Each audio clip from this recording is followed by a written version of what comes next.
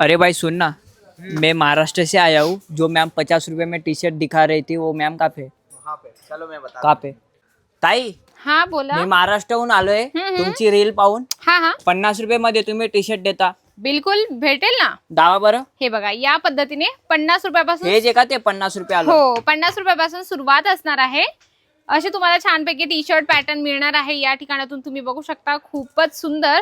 या ठिकाणातून तुम्हाला T shirt wholesale price मध्ये मिळतात. सिंगल पीस इथे कुठलाच नाही मिळत.